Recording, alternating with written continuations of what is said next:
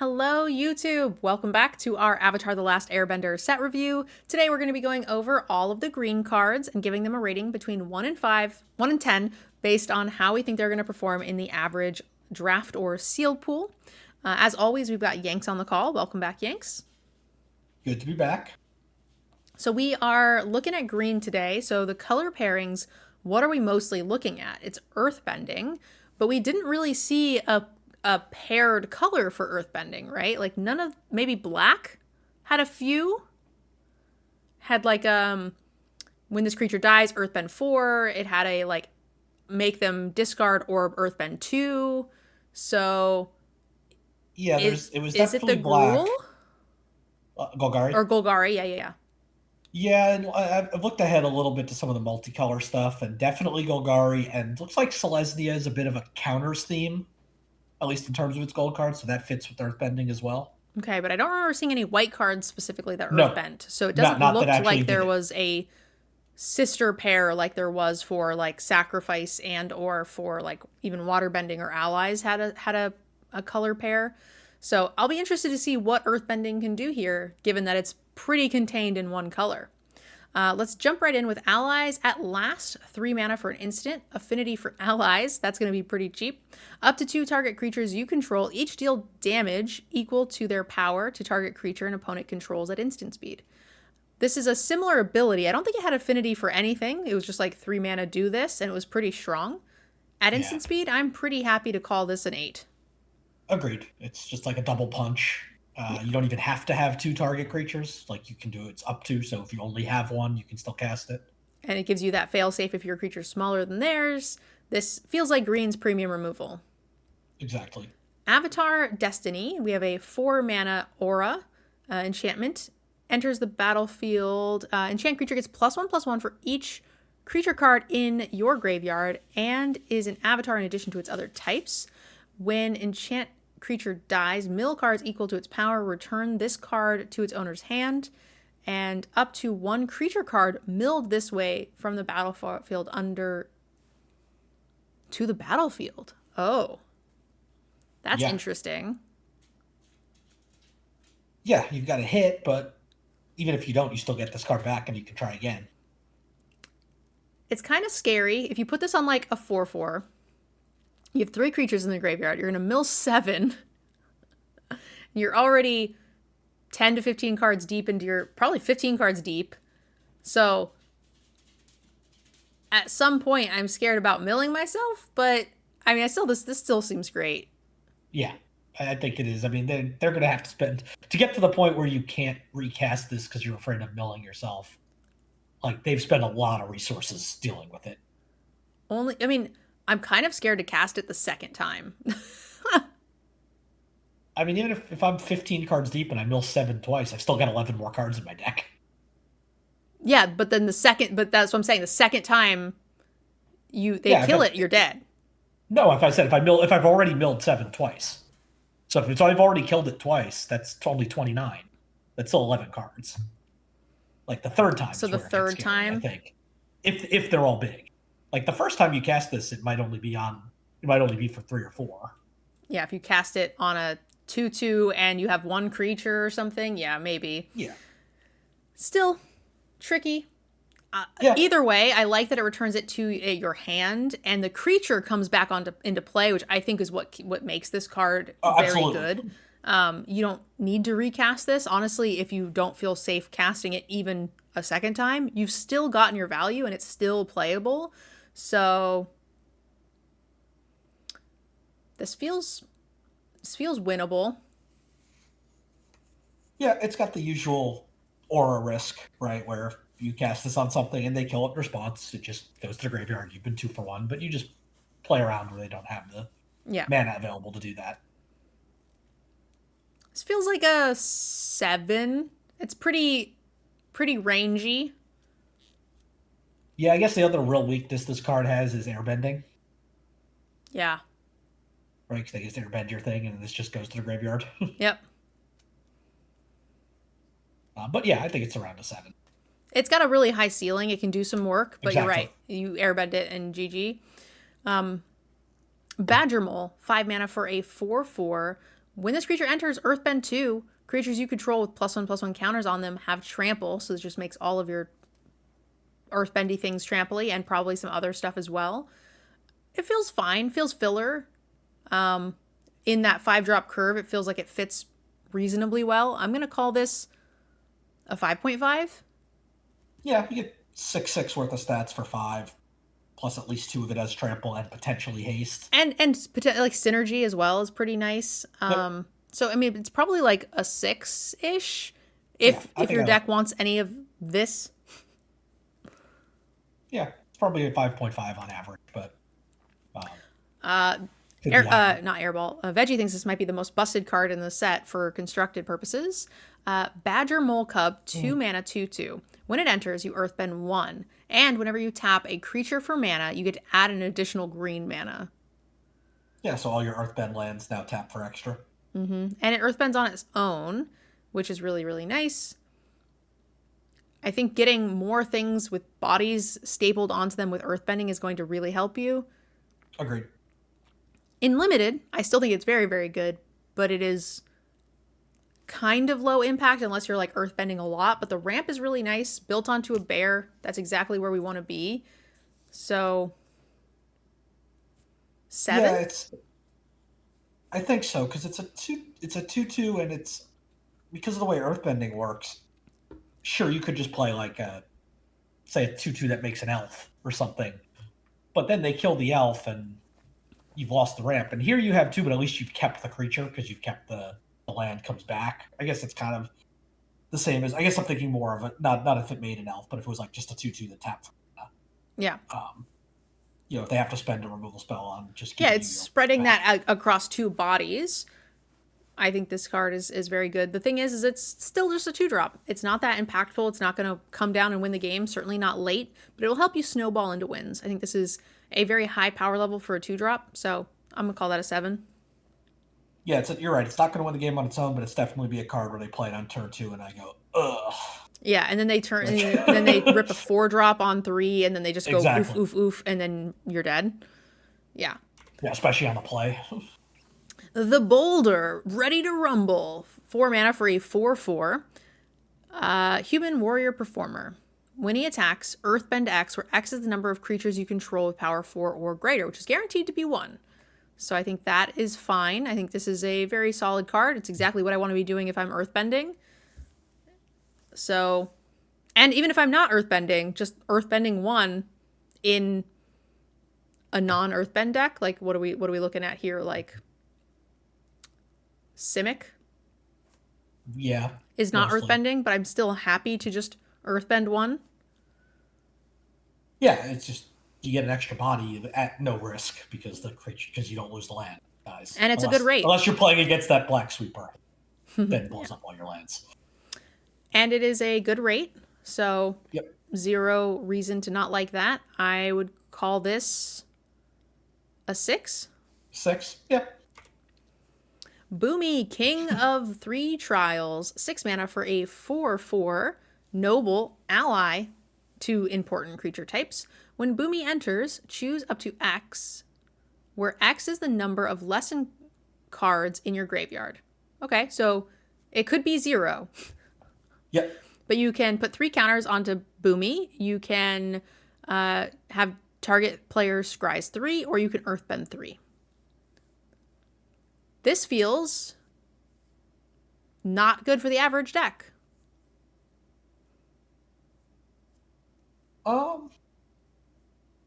I see where you're coming on. I don't know. The lessons feel so ubiquitous that I feel like only needing 1 for this to be good. Yeah, it's still 6 mana though. I'd rather have like the cycler. I don't know. 1 year, just that 1 lesson, you're either getting a 7/7 or a 4/4 and a 3/3. For 6? I mean, that's above rate. It's fine. It's a fine rate, but I feel like I'd rather have something locked in because there's a chance you have 0 lessons. Yeah, there's a chance you have 2 or 3 too. Yeah, if you have the lessons in your deck, then that's a different story. But yeah, I'm thinking the average deck's not going to have that many, especially like in a sealed pool or something. I'm thinking in a sealed pool, I'm like, oh god, I'm like running 3 instants and sorceries. Most Yeah, And that's not always, right? I'm just thinking like I think outside of being lesson heavy, I think I'd rather just have like a cycler. yeah. I don't know. I feel like we've treated a lot of these other lesson cards as assuming we're gonna have at least one But I feel like most those of the time. cards were all like fine rated creatures on their own. And we were looking at Yeah, lessons that triggered lessons but were a okay rate on your own. This is an abysmal rate. yeah. It's bad on it. It's bad with none. I agree with that. Like the other ones were just like this card is fine for the mana. And if you get the extra bonus, hell yeah. I think this is very far from that. The worst of them. I agree. Yeah, If you maybe. have, I'm gonna start considering this at like 4 lessons, maybe 5. But if it's 3 and under, I'd rather have a cycler, a 6 mana of either color cycler. I don't even know what the cycler is in this set in this color, but I'd rather have it. Well, yeah, because it doesn't really matter what it is because you Exactly. I still want it mean, for the cycling. but just the ones that we saw earlier, like of the other 4. Yeah, And yeah. I don't think this card's amazing, but I don't know. I don't think it's terrible. what's your lesson number to be running this over a cycler? It's probably similar to what you're saying. It's probably like 4, but I don't think that's going to be that hard. There's so many of them. Yeah, we'll see. Especially because you're playing this later in the game because it's a 6 drop. Yeah. Why is Hammy whining? He's been fed. He's had a potty break. He's scratching on a door, little butthead. Yeah, I think this is a bit of a split rating. I want to have like 5+ lessons, and I don't think that the average, specifically sealed pools, are going to be having that super often, and you can't have that many 6 drops. So I'm pretty happy to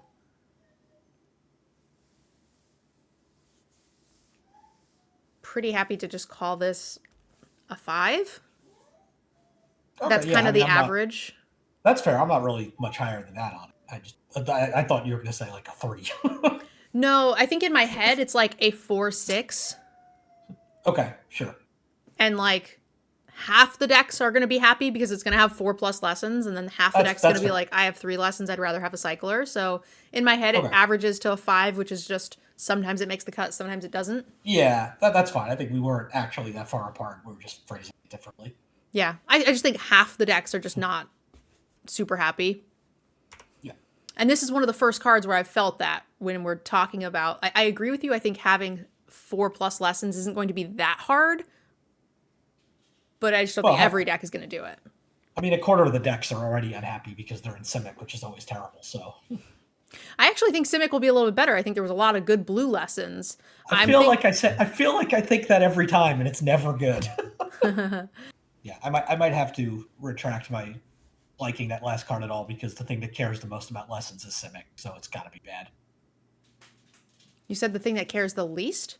The most. So that Yeah, means the lesson archetype must be terrible because it's Simic. that's fair. That's fair. I do think Simic is where it will be good. I also think that, like, I saw a lot of, like, black ones that I'd be pretty happy with. Well, if the count in chat is correct, there's 36 lessons in the set, That's quite a few. and the most is 8 blue and 8. And then there was, like, a fair number of them. Like, I'm not running shitty lessons for Boomy. Yeah, for So, sure. like, having 4, outside of having other reasons to have lessons, I just don't see myself having 4 lessons that are worth playing consistently enough to want Boomy more than 50% of the time. Yeah, that's reasonable. Next up, we have Cycle of Renewal, 3 mana for an instant speed lesson. Sacrifice a land, search your library for up to 2 basic land cards, put them onto the battlefield tapped, and shuffle. Oh, sacrifice a land. Yeah. I was like, Yeah. is this just like a super power crept? Like, no, it's not that bad, but it's instant speed, which is really cool. Put them on the battlefield tapped. Works with fixing. You can also like super ramp yourself by sacrificing an earth bent land. And it'll come back. Yeah, That's it'll cute. come back and you'll get 2 more. That's cute. I mean, yeah, these cards are always fine in limited. Some decks fix, some decks want ramp. A lot of decks don't want to spend a card doing any of True. this. Aggressive cards. So I think these are always fine. When you want them, you'll know. When you don't, you won't. So I'm just gonna say it's a 5. Yeah, if your curve's high enough, or you're splashing, Yep. if you're into your third and fourth colors. But if you're in, like Gruul or not Gruul, if you're in like, I don't know, Selesnya aggro tokens or something. Yeah, you're probably not playing this then. But this is very fine in any deck if you want the splash, if you are missing cards, if you're just short on playables. I mean, this is not a bad card, so 5.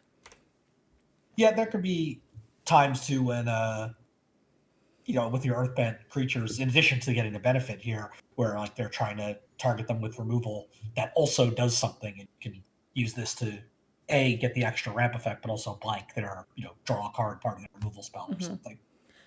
Funny journalist, yes, to answer your question, earthbending lands do come back. That's the scary thing about earthbending is you turn a land into a creature, turn it into a weapon or whatever, and then it goes back into being land when you're no longer bending it. So it's interesting.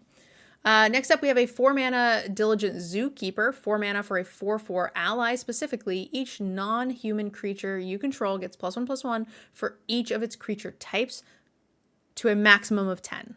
So that's pretty cool. I think the most we've seen is 3 on a 4. creature. 4. We saw that farm animals one that was 4, the white card. It was boar, elk, bird, ox. Yeah. That's going to be pretty funny if you get like... Becomes a 1 mana 5/5. I can't wait to pack one, pick one this, and then just get 5 of those, 6 of those, because it's not very good, and then end up with 2 of these. Because like nobody else is going to take this. So it's going to go around really late. So I'm hoping to make the zoo deck. That sounds like a good time. Either way, I think this is a fine card because you're going to have some creatures. 1, 2, 3. I think that's going to be a pretty common thing to have 1 or 2 things, especially in sealed. And it's a 4/4 for 4 on its own. So it doesn't matter if it's any better than that. I call that a 6. It is always going to make the cut. Yeah, this is where it's nice that, like you said, we talked about in one of the other set reviews where every like beast is a combo. So it's always got at least 2 types. Yep. So and that's a pretty big buff. That's a big buff, and those are the ones that are relevant because most of the other stuff is humans, which they don't get anything. Yep. So you like it at 6? I do. All right, the Earth King. See, that's Bosco the bear. Oh, okay. 4 mana for a 2/2 noble ally. When it enters, make a 4/4 green bear creature token. When 1 or more creatures you control with power 4 or greater attack, search your library for up to that many basic land cards, put them onto the battlefield tapped, then shuffle. Excellent. I think this card is fantastic. 7.5. Yeah, I think this card's great. I still don't understand why bear tokens are 4/4s. 6. Bear tokens should be 2/2s. 6 power over for 4 mana that also gets you a land, even if it just gets deaded. You know what I meant? Yes. Yeah, 7.5. Also, so this bear, this is Bosco, you said? That's the only bear, right? Yep. That you know of, at least? Well, there's a platypus bear. But, I mean, of just bear. Yep, is just so bear. So why is it this a legendary bear creature token named Bosco? Because there can only be one. There's only one bear. That's what I'm saying. It has to now. This would, if you like flicker this, you'll get 2 bears then. Is it legendary? No, it's not. I said. Oh, why you're saying it should be. It should be. Yeah, I agree. It should be legendary. Yeah. Because there's only one. Yeah. Yeah, I'm on board. Flavor fail. Ruined. Down to a 7. Earth Kingdom General. Points. 4 mana for a 2/2. When this enters, Earthbend 2. Whenever you put 1 or more +1/+1 counters on a creature, you may gain that much life. If you do, only once each turn. So it enters 4/4 with 4 power across 2 bodies, and it gains you 2 life. Yep. I think that's fine. It's earthbending. I want to be doing that in this deck. And in any deck, it's never bad to earthbend. So I think that's the saving grace to these cards, is that The sacrifice stuff, you're like, oh, do we have the pair? The allies, like, oh, do we have a color that pairs with the allies? Earthbending is just pairs with itself. It doesn't need anything else. Bodies, good. Lands that come back, good. I see no reason not to have this in every color pair. So I think that adds a lot to the value of them. That said, this feels like not the strongest of them. No, it just feels like kind of filler. We've seen so much, feels like so much incidental life gain, and there doesn't seem to be anything that cares about it. 5.5. It's an ally. Yep. Earth Rumble, 4 mana for a sorcery. Earthbend 2. When you do, up to 2 target creatures you control fight. Wait. Up to creature. 1 other target creature you control fights a creature an opponent controls. Huh. I don't like sorcery speed 4 mana fight spells. I like that they tacked on a free earthbending, and I know it can't be much cheaper because you're getting a body out of it, but I don't like that much. I feel like that's opening you up to get 2 for 1 super easily. No, I don't think it's great. I mean, I guess it's nice that you can just play this card without, and it does something if you don't have a reason to fight. Like, its fail case isn't 0. It's fail cases 2-2, which is bad. Yeah, its fail cases you can fight their 2-2 with your 2-2, and no, I mean you could just choose. Neutral. You could choose not to fight too. Like if there's nothing on board, you could just make a 2-2. Yeah, but what I'm saying, I think like it's also very reasonable to just fight the 2-2s. Oh, I agree. I'm just saying like there's a lot of times like because you don't lose the land. Yeah, I'm just thinking there's a lot of times fight cards are completely dead if you have no creatures. At least here you can make a creature with it. Yeah. I don't like it. But yes, I agree. I don't particularly like the card either. Unless you really care about earthbending, but 6. It doesn't seem sure. Which is low for a removal fight spell. Agreed, that also does something in the archetype I want it to do. It's certainly playable. It's just so expensive and clunky. This is like this is very old style fight spell. Mm-hmm. Old cost, old value. We've moved past this. I don't understand. Hunt the Weak is terrible. Earthbender Ascension, 3 mana for an enchantment. When it enters, Earthbend 2, then search your library for a basic land card, put that onto the battlefield tapped, and shuffle. Already in. Landfall, whenever a land enters, put a quest counter on this if it's the 4th time that this has happened. Put a +1/+1 counter on target creature you control. It gains trample till end of turn. This card is excellent. Yep. Remembering whenever an earthbend creature dies, you trigger landfall again. You're getting so much value by earthbending and digging a land out. You automatically get a quest counter. Yep. So you only need to play 2 more lands. And then when your earthbent creature dies, it will go away and come back in and trigger it again. So really you only need to have 1 land. Well, no, you still need you still need 2 more after this enters, because enters you only get 1 trigger. Yeah, 1 and then plus then the earthbent 1 dies. That's 2. Yeah, so you need 2. I guess just 2. Yep. And that's assuming you have no other earthbending or other creatures that are dying. Exactly. I think this is a home run. And I've won so many games with Shoe Puff. Like, you know what I mean? Shoe Puff? Yes, yeah. I was trying to remember what that was, but yes, I do remember that. And the fact that this staples on a search for land and staples on a body, I think this card's like an 8. This card's going to win a lot of games. I don't think it's quite that high just because all of its abilities are low impact. But you would be wrong. Plus, Shoe Puff was a 7/7. That's very different. But it didn't come with a land and a 2/2 that did stuff. I'm saying this card does plenty, but it's all much lower impact than just the 7/7 body is. Yeah, but there was plenty of times I won with Shoe Puff just from the counters. Yeah. It didn't need to be activated. But you could trigger that at will, right? So there was a threat of activation there. If you had the mana, I'm saying I won games without the mana. Like, just having a counter every turn. Oh, yeah. And we've stapled on double value up front. I think this card's nuts. But 8, what's your rating? I think it's like it's still very good. I'd say a 7. Okay. We'll see if you're apologizing to the Shoe Puff. That's not a Shoe Puff. It's a giant badger. Shoe puff badger mole. It's a large wooden badger. Earthbending lesson, 4 mana for a sorcery speed, Earthbend 4. Sure. Yeah, I'd rather just have I mean, it's a lesson, so that's nice. It's a spell Yep. if you need it. Earthbending, you might have other triggers for earthbending, but it feels weird to me to pay 4 mana for just a vanilla 4/4, which I feel like you could just have a creature that does that, and then you also don't get to use your land every turn. Does that make sense? Yeah, I mean, you get the benefit of it potentially having haste. Potentially. Yeah. But I feel like 4/4s for 4 do a lot more now than being vanilla. Like, that's still pretty reasonable for it to have something like vigilance or reach. Yeah. So unless I have other reasons to want instants and sorceries, lessons, or earthbending, which I think is going to be pretty common, Yeah. on its face, I'd rather have another 4/4 for 4, which I think we can find. Yeah, but this lets me play decks with fewer creatures, so it's great. It's a creature. They don't have to play a creature spell. Like that, when I lay out my deck, that portion of it can be very small. Yeah.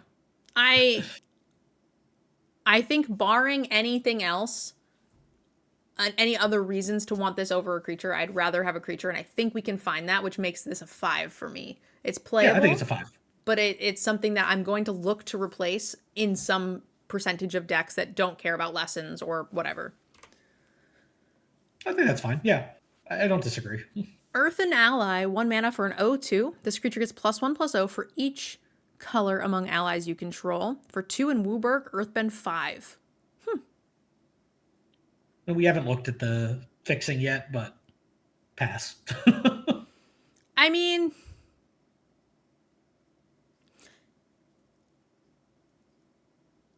it is kind of a 1 mana 2/2, pretty reasonably. And I don't want to say that's never playable. Yeah. But I agree it's not playable a lot. But it's an ally, so it triggers your other ally stuff. Like, I see a Selesnya deck where this is an auto include. Yeah, anything. If you care about allies, sure, you're going to play this card because it's just a cheap trigger. And like, I mean, it's better than a bear, right? I think it's very consistently a 2/2. It might be. I think its ceiling is pretty much a bear. In most of your decks are going to be 2 colors. Yeah, but I think having it's automatically a 1/2. You just need your other color to have an ally, which is not terribly difficult. No, but it's not like it's going to be better than that. Yeah. I agree, but I think it's consistently that enough to where I am fine with rounding up on that 1.5 power, I mean, in addition to it being an ally. And in ally decks, you want cheap allies. And I think that's fine. So I think it's an auto include in Selesnya. I can maybe see it like being a Gruul card because you just want creatures early. You want allies because there was like there's a lot of allies in green, and you had that rare ally card in red. So like, I don't think the average deck wants this. I'm gonna call this a 4, but I think it's playable. Yeah, sure. I think that's right. There are times you want it, but certainly not all of them. Yeah. Elemental Teachings, 5 mana for a instant lesson. Search your library for up to 4 land cards with different names. Reveal them. An opponent chooses 2 of those cards. Put the chosen card into your graveyard and the rest onto the battlefield tapped. This feels constructed-y. Agreed. 2. And you can definitely have 4 land cards with different names. There are enough non-basics, but then that probably means you're taking 2 non-basics and 2 basics, and they're just giving you 2 basic land. Yep. And I don't care about that for 5 mana. Nope, agreed. 2. Flopsy, Boomy's Buddy, 6 mana for a 4/4. When it enters, put a +1/+1 counter on him for each creature you control. This is already better than Boomy. Each creature you control with power 4 or greater can't be blocked by more than 1 creature. Yeah. Sign me up. Sure. This is so much better than Boomy. Boomy can suck it.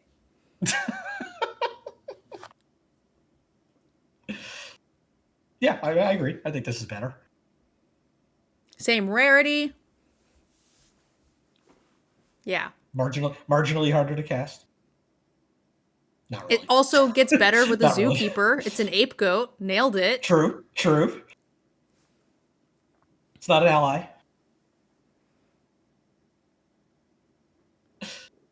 No, this is definitely better.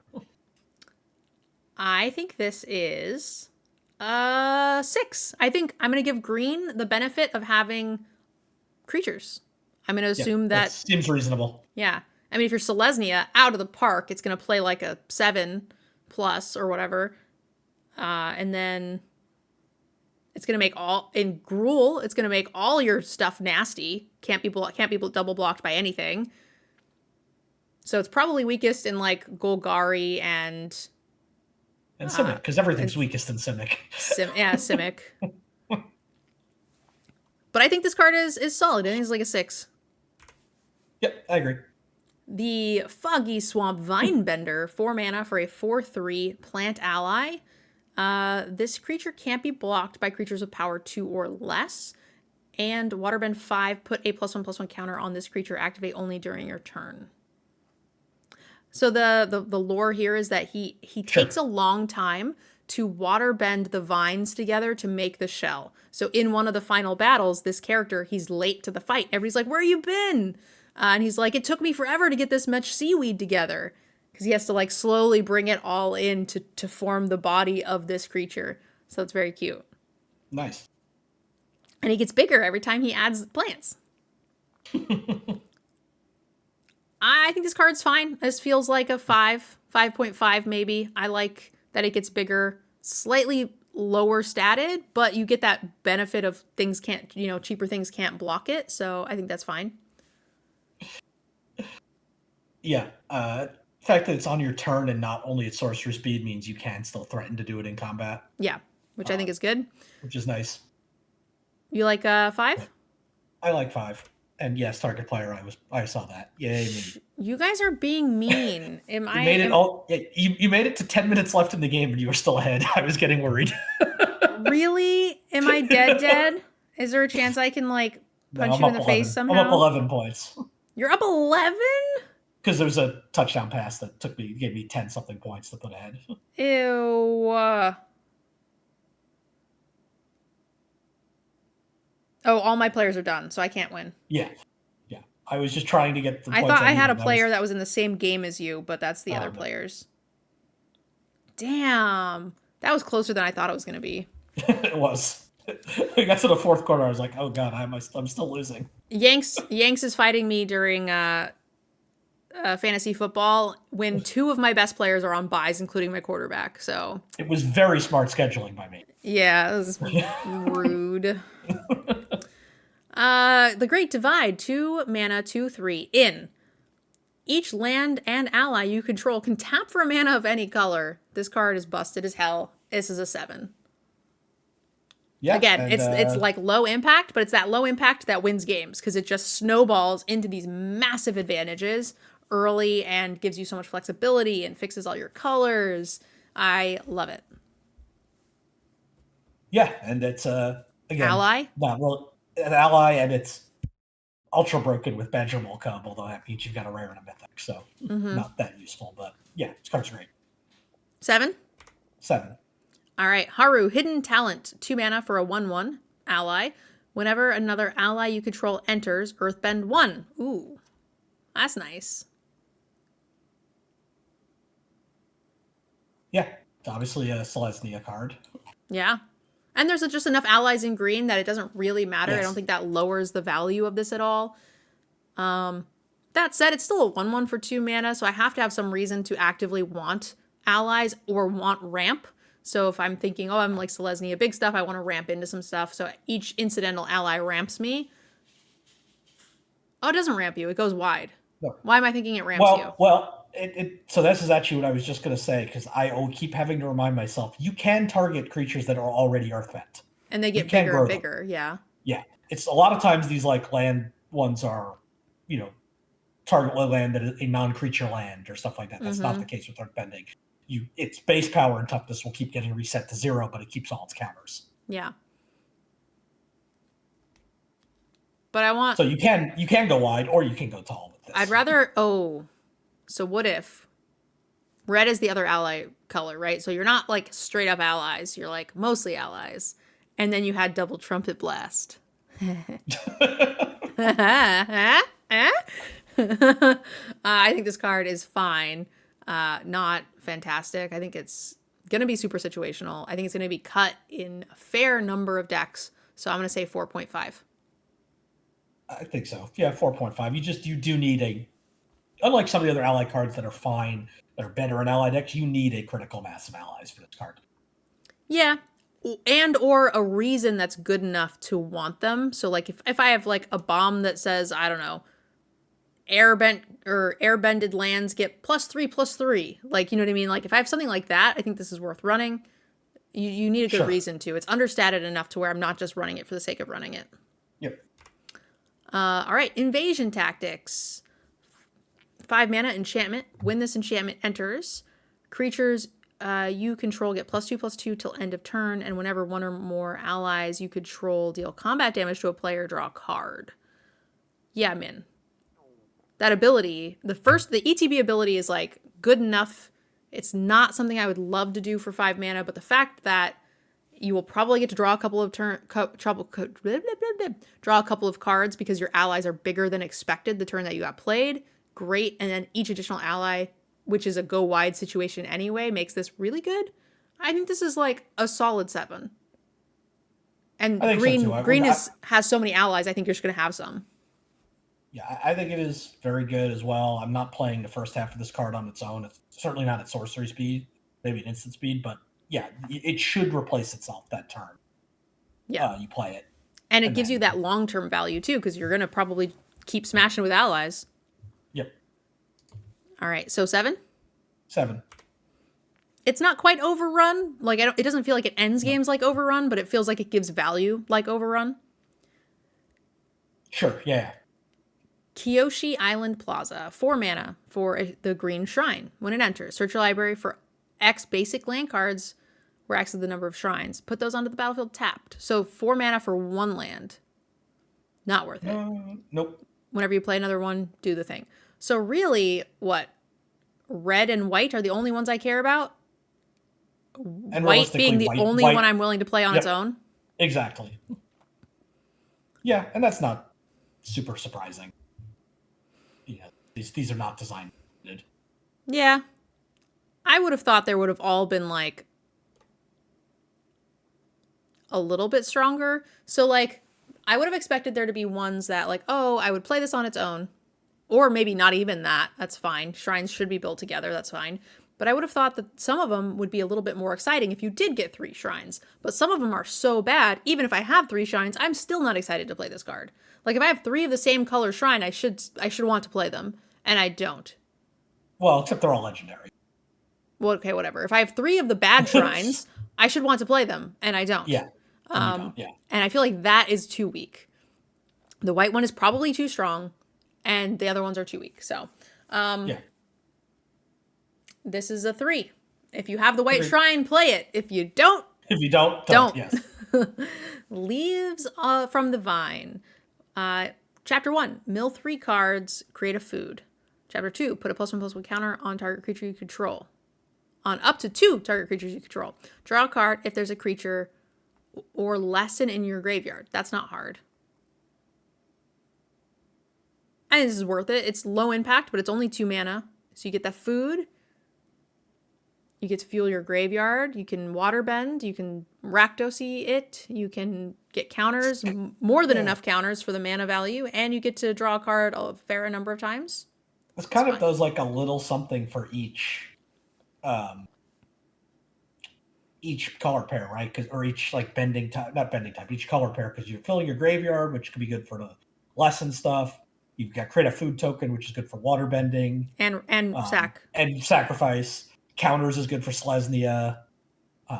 Drawing a card is for blue stuff. Blue, yeah. So it's kind of just like a little bit of something on here is good for everything. No and matter even the ones that aren't, and even the ones that aren't for you still do something useful. Yeah. I like it. What's the flavor behind this card? This is an episode where Iroh goes through the town and does a bunch of interesting things. kind of imparting words of wisdom on people, helping children, something along those lines, where he's just, you can tell he's a very good person, all to get to this tree, which you see at the bottom when he lights incense and puts up a little like memorial for his son who has died. And he is sort of fulfilling all of these fatherly roles for all of these people he meets in his life, including Zuko. And at the end, it's the anniversary. You learn that he's done all of this on the day, on his way to honor the anniversary of his son's death, or his birthday. I don't remember which. It was either his like death birthday or his birthday. Sure. I don't know which, but it's a very sweet episode. And then at the end, he sings this very beautiful song, "Leaves from the Vine," and it's his death birthday. You know what I meant? His death anniversary, whatever. And he sings it while he's like crying, and it is very memorable and beautiful. Anyway, I think this card's good. It's a 6. Yep, low impact, agreed. But a lot of impact for 2 mana. Yeah? Yeah, agreed. All right, the Legend of Kyoshi. Draw cards equal to the greatest power among creatures you control. That's an instant, that's a sorcery spell for 5 mana. I have it right here on my desk, actually. Return Wild Speaker, that one? Yep. Return of the Wild Speaker. So, I mean, I play that in Commander, so this is automatically better. And then you can pay, in Chapter 2, you get to Earthbend X, where X is the number of cards in your hand. That seems excellent, even if it's just like 3 that you draw. It becomes an island into its additional types. That's the flavorful card. They just wanted to make it the best basic land. And then you can exile her. So the flavor of it becoming an island is because in the story, she uses airbending and earthbending to break the continent apart. So she's from Kyoshi Island, which originally wasn't an island until the conquerors came to try to take it. Oh, so she like split it off to protect it? Exactly. So her earthbend becomes an island, which is cute. I like the front side. The back side, Avatar Kyoshi is a 5/4. Lands you control have trample and hexproof. You could tap it and pay X mana of any color, where X is the greatest power among creatures you control. Oh, add X mana. I was like, pay X mana for what? The backside seems less exciting. The trample for lands is nice, especially when you have a biggin. But I think the front side of this card is still worth it. Front side's good. The ability on the backside is like you're already on turn like 9.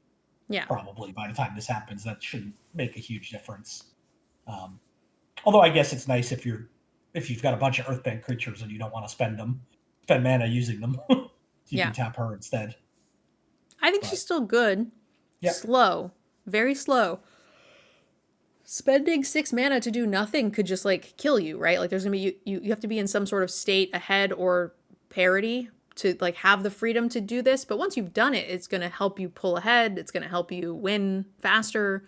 So it might just be too slow in some games, but I still think it's very good and will win you games if you get to resolve the whole thing.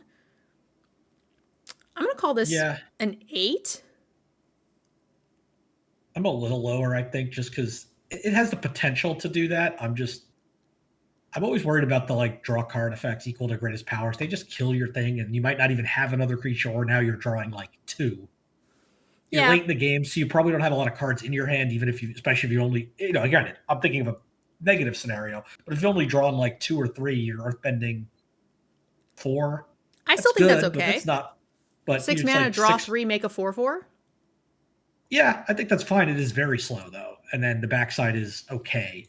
I don't think it's a bad card. Like by any means, you're certainly playing this, and I have all the pieces just don't fit to me. I got like a 7, maybe 7.5. I think it's powerful enough because like even if you're only drawing 2, even if you're only making a 4/4, you're also then getting a 5/4. Like to me, that feels like a lot of value that wins games. Not always, which I think is that 8 marker for sure. But I definitely see where you're coming from, where it feels underwhelming, and it does compared to some of the others. But I kind of like this, that they are not haymaker insta Yeah. wins. Because this doesn't feel like the strongest of them, but it doesn't feel like the weakest either. So Yeah, I guess I get I so dislike the possibility that like we could be on a perfectly even but empty board, and my 6 drop I draw is a dead card. When I yeah, like it's like draw 0, and then I'm it's a like a Earthbend 2 I'm a or little 6. less worried about that now than normal because so many creatures earthbend in green. So like you're gonna have more creatures Sure. because of those earthbending things than you would in I think any other format. Because so many of them are just like play an ally, earthbend 1, it comes into play, earthbend 2. So I think you'll get something, and I don't think I need a lot from that first and second chapter to be happy here. And overall, like 2 cards, a 4/4, and a 5/4 is a lot to Yeah. me. Yeah, I guess it's in my head like I'm willing to accept the fact that 1 drops, 2 drops, even some 3 drops are terrible late game draws. Like I hate the idea that a 6 drop could be. Yeah, I agree. It does make it substantially worse. If it did like if it flipped, if it like earthbent first and then drew, then Yeah, you exactly. would be guaranteed, but its ceiling would be much lower, right? Yeah. Well, or I mean, you could get a situation then where you're earthbending 0, which would stink. Which would also stink. Yeah. So yeah. Fun fact: Kyoshi lived to be 230 years old because she Oh, learned how to keep her body in a state of like stasis through a very advanced type of earthbending, okay. which is kind of crazy. Yeah. Also, if you guys are Avatar fans of the show, the Kyoshi books are the sickest thing. It's amazing. You should read the Kyoshi novels if you don't read any of the other ones. The Yang Chen one's very good. Some of the graphic novels very good, but the Kyoshi book is legit, and it's like darker, and she goes around just straight up murking people. It's very good, and the characters are excellent. Anyway, you should read it. Nice. Origin of Metal Bending. 2 mana for an instant lesson. Choose 1. Destroy target artifact or enchantment. Put a +1/+1 counter on target creature you control. It gains indestructible till end of turn. I love this. It's like Snakeskin Veil for 1 extra mana, but you get a free built-in artifact or enchantment removal, and it's instant, and it's a lesson for lessony stuff. I'm Agreed. playing every single one of. I'm playing multiples of these, never cutting it. I'm cutting maybe the 4th copy or something, but I think I'm never cutting anything else. So 6.5. I've died to Snakeskin Veil so many times. Yeah, I'm with you on that. I like it. Same area, 6.5. I cannot think of another card where I've said the words, I win unless they have X. I've never said that. I've never filled in the blank. The card I've filled in that blank with the most is Snakeskin Veil. So I understand that this costs 1 more, but I think the flexibility of it also hitting artifacts and enchantments with like those nasty vehicles we saw, I think this is a must include. I think this tells you a little bit about which formats you and I both play, because my answer to that question is probably Force of Will. Yep. Ostrich Horse, 3 mana for a bird horse 3/1. When it enters, mill 3 cards. You may put a land card from among them into your hand. If you don't, put a +1/+1 counter on this creature. That's really good because we've seen a couple of like 4 power things. And if you're hitting a land, I'm also happy. So overall, I think either scenario here is excellent. I would love to play this in my deck. Yeah, it's nice to have a reasonable chance to get a 3 drop with 4 power for some of the couple things we've seen with 4 power or more matter. So I'm going to call it 5.5. Yeah, Doesn't feels quite not feel 6-ish, but it's exactly. close. Exactly. Pillar Launch, 1 mana. Target creature gets +2/+2 until end of turn, and it gains reach and untap it. This is the definition of sneaky reach. Sneaky Reach. These cards are always good. They're fine to fit in when you can. Cut them when you have too many good cards. I like this one a lot. 1 mana is very, very sneaky. So 5. Yep, 5. Untapping it and giving it reach is a lot. Next up, we have a 2 mana 2/1. It can tap for green. If you control a creature with power 4 or greater, it adds 2 green instead. Sure. I'm always in for a mana dork at 2 mana. Elysian Keratin. Yeah. That was just a 1/1. Yep. So, yeah, this is great. I'm playing it 6. Sounds good. Next up, we have a Rebellious Captives. It's an ally, 2/2 for 2. Exhaust 6, put 2 counters on this creature, and then Earthbend. Yeah, bear that then turns into a bigger bear that also makes a baby bear. And it's an ally. Mm-hmm. And it's an ally. We call those 6s. Yep. A Rockalanche. 3 mana for a lesson, sorcery speed, Earthbend X, where X is the number of forests you control. I like that a lot. Because it only needs to be 3 forests for it to be fine. Agreed. And it has flashback. And it's a lesson. Yeah, it does. It has a lot of little pieces. And it has Toph fucking up the Dai Li. Let's go. I hate the Dai Li.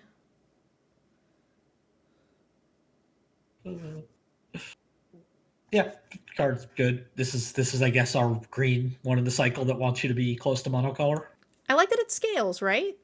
Yep. You know, you could play it on 3 or 4, get a 2/2 or a 3/3, or you can play it on 6 and get a 4/4/5/5, something like that.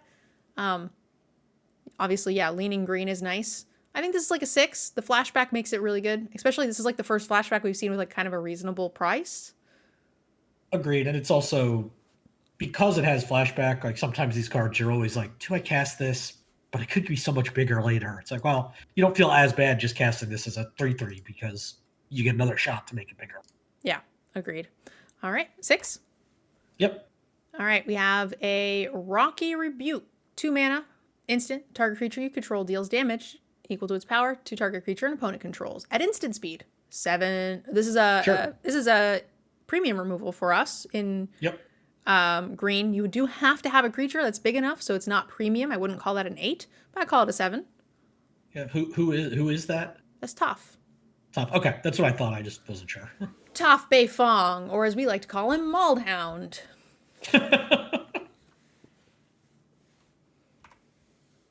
You're in for a 7? Yes, I am. A saber-tooth moose lion cub. The babies are very cute. You can see this little baby with the apple there. Yep. This is when Sokka vows to give up sarcasm and meat. It's a weird combination. And he's like, really, that's all I have. It's very cute. It is a 6 mana 7/7 with reach and forest cycling 2. Oh yeah. It's a vanilla 7/7 with reach, and Boomy is a piece of shit. When you were saying you'd rather cycle, or I scrolled down and saw this, I was like, damn it.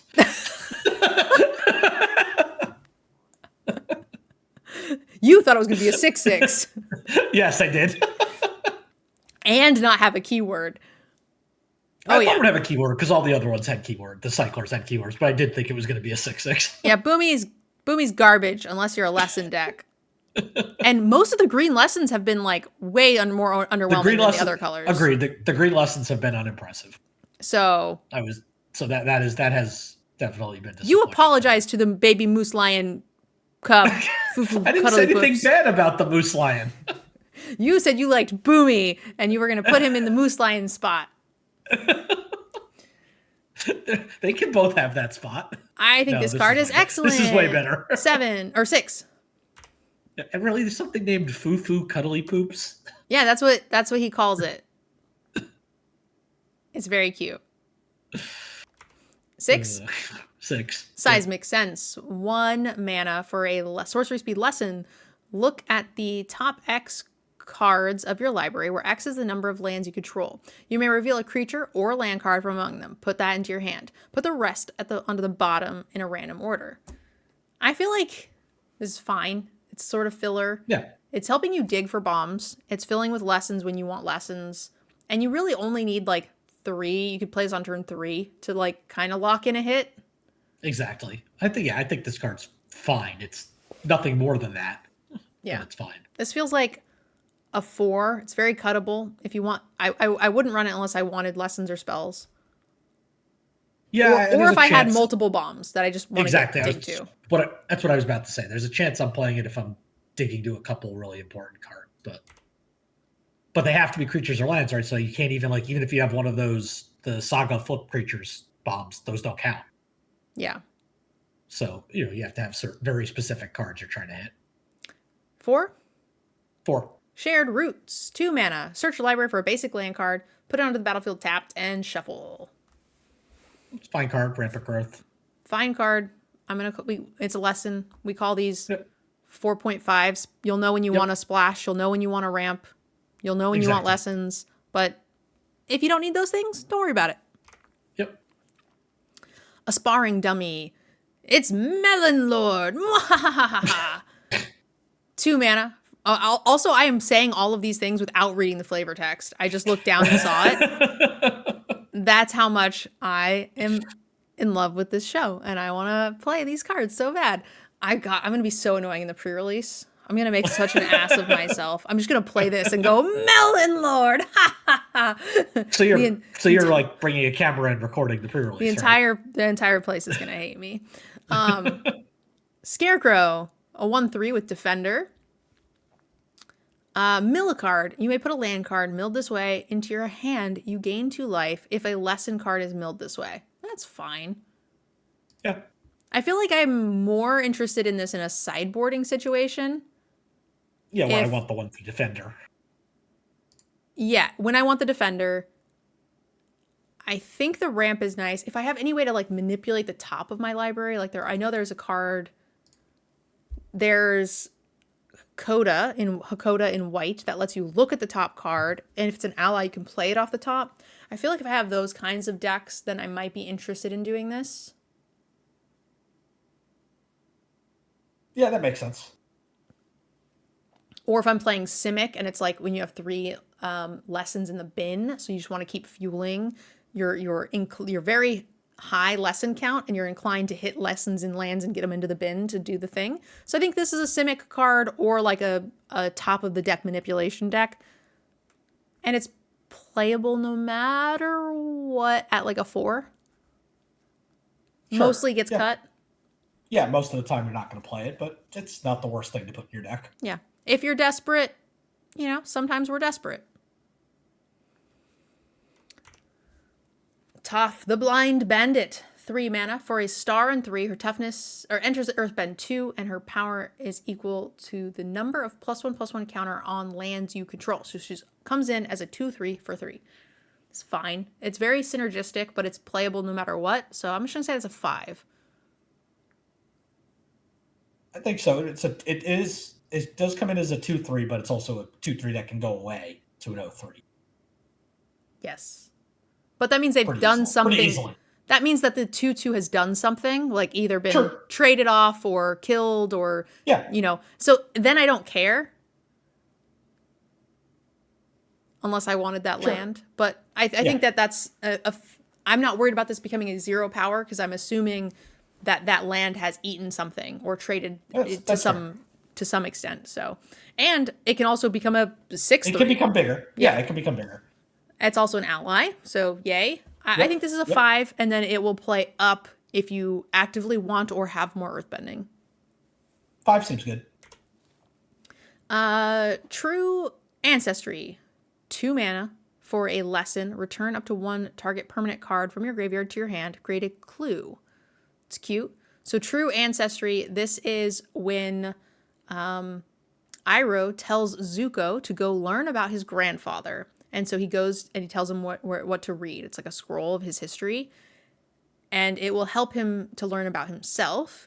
And it's a story of his grandfather, Sozin, and how, he died and how he took over and how he killed the Avatar, the airbenders and stuff. And so he gets mad and he's like, I knew all of this about my father.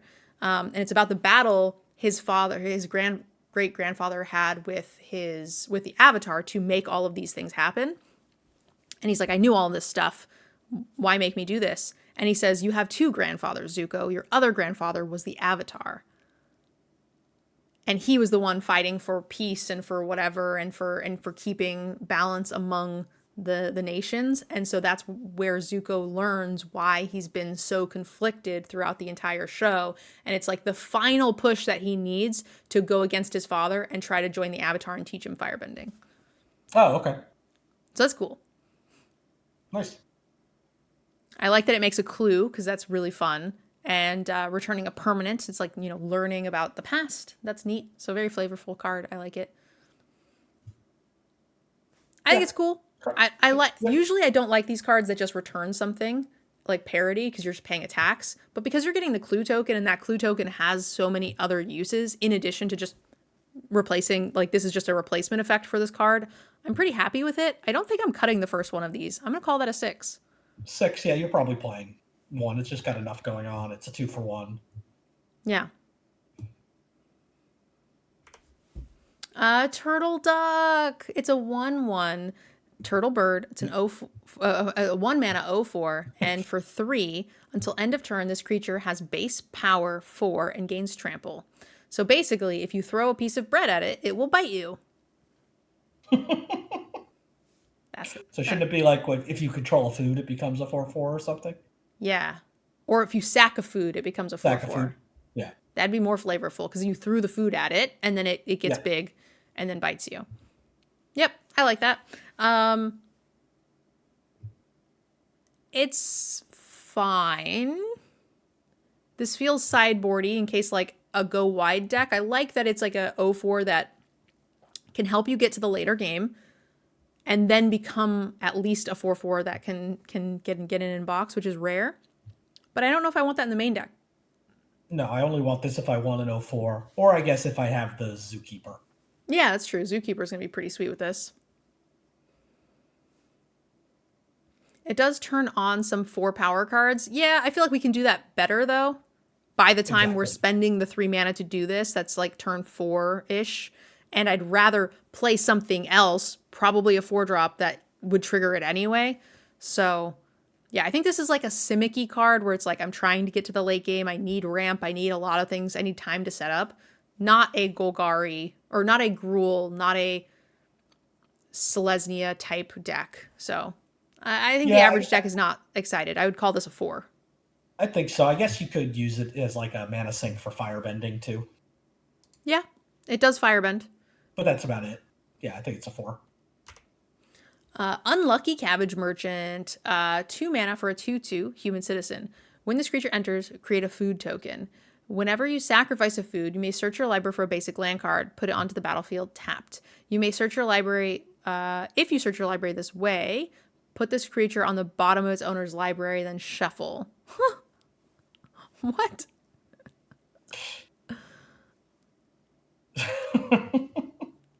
What a weird card. Why does it go away? Weird card. I guess because the food is gone, so his cabbages are gone. Yeah, I guess. He does just come like randomly. And it's like, I don't know, maybe 4 or 5 times throughout the whole show. Every time the kids go on some crazy adventure, like chase through the city, Azula's chasing them, someone's chasing them, or like a wild bunny goes crazy. It just runs right through him. Yep, and he goes, "My cabbages," and he's gone. He's never a character that you ever see except for when there's crazy mayhem happening, and his cabbages always get wrecked. So that makes sense. The cabbages are gone, so he gets wrecked. Then he goes away. Yeah, and then he gets to come back all over again randomly. Yeah, HD's making note of Akora, so the second series. There's just a little nod to it. A big corporation gets taken down, and it's the Cabbage Corp. Oh. They get framed for like a bunch of like bad stuff, like money laundering-esque style stuff. Sure. Yeah. And yeah, they're called Cabbage Corp, and then they're dragging out the CEO, and he says, "Not my Cabbage Corp." Nice. It's very funny. I don't know how to feel about this card. At the very least, it's a 2/2 that makes food, so I don't really care. It's fine with water bedding. Sometimes you might maybe want to sacrifice the food. Sometimes you just trade them off and still have a food. So I think it's still playable, but I don't think it's great. It's good for fixing. 5. 5. It's nothing special. Yeah, the exactly. Wall Top Sentries. We've got an ally with Reach and Death Touch. It's a 2/3. That's a good stat line for a Reach Death Toucher. And when It this creature is. dies, if there is a lesson in your graveyard, you gain 2 life. That's fine. This card seems excellent. I think this is a very, very good curve filler. I would call that a 6. 6. Yep, you're happy with this card. And we're done with green. Huzzah. Yanks, Yep. what do you think? Um, I don't know. Green was green. Nothing wasn't that complicated. Wants to It smash you really in the wasn't. face. Um, I mean, maybe that's just because like there's only so much you can do with earthbending. It's just it makes a creature, or puts counters on a land, and you have a creature. The only Yeah. thing that ever changes is the numbers, um, as opposed to some of the other stuff that like even like sure you could say the same thing about firebending, right? All it does is make mana, but you have to have because of the restrictions on it, you have to have the abilities to use them, and how those are supported make things a lot more complicated. Here, it's just another body, Yeah. which isn't bad. It doesn't mean it's weak. It's just not complicated. It felt very straightforward. It felt Yep. like there was less support for any of the other. I mean, allies felt okay. Yep. Earthbending didn't feel exciting because there was no other color pairing to really go with it. It felt like there was a lot of things that made earthbending, but not a lot of things that capitalized on having earth bent. So overall, it felt like it fell a little flat for me. But anyway, YouTube, let us know in the comments what you think of green. Make sure you guys give us a subscribe, follow, whatever YouTube is. And don't forget to come back and check out our next video for colorless and finally multicolor. We'll see you guys in the next one. Bye. I am super duper hungry. Why won't you stop recording?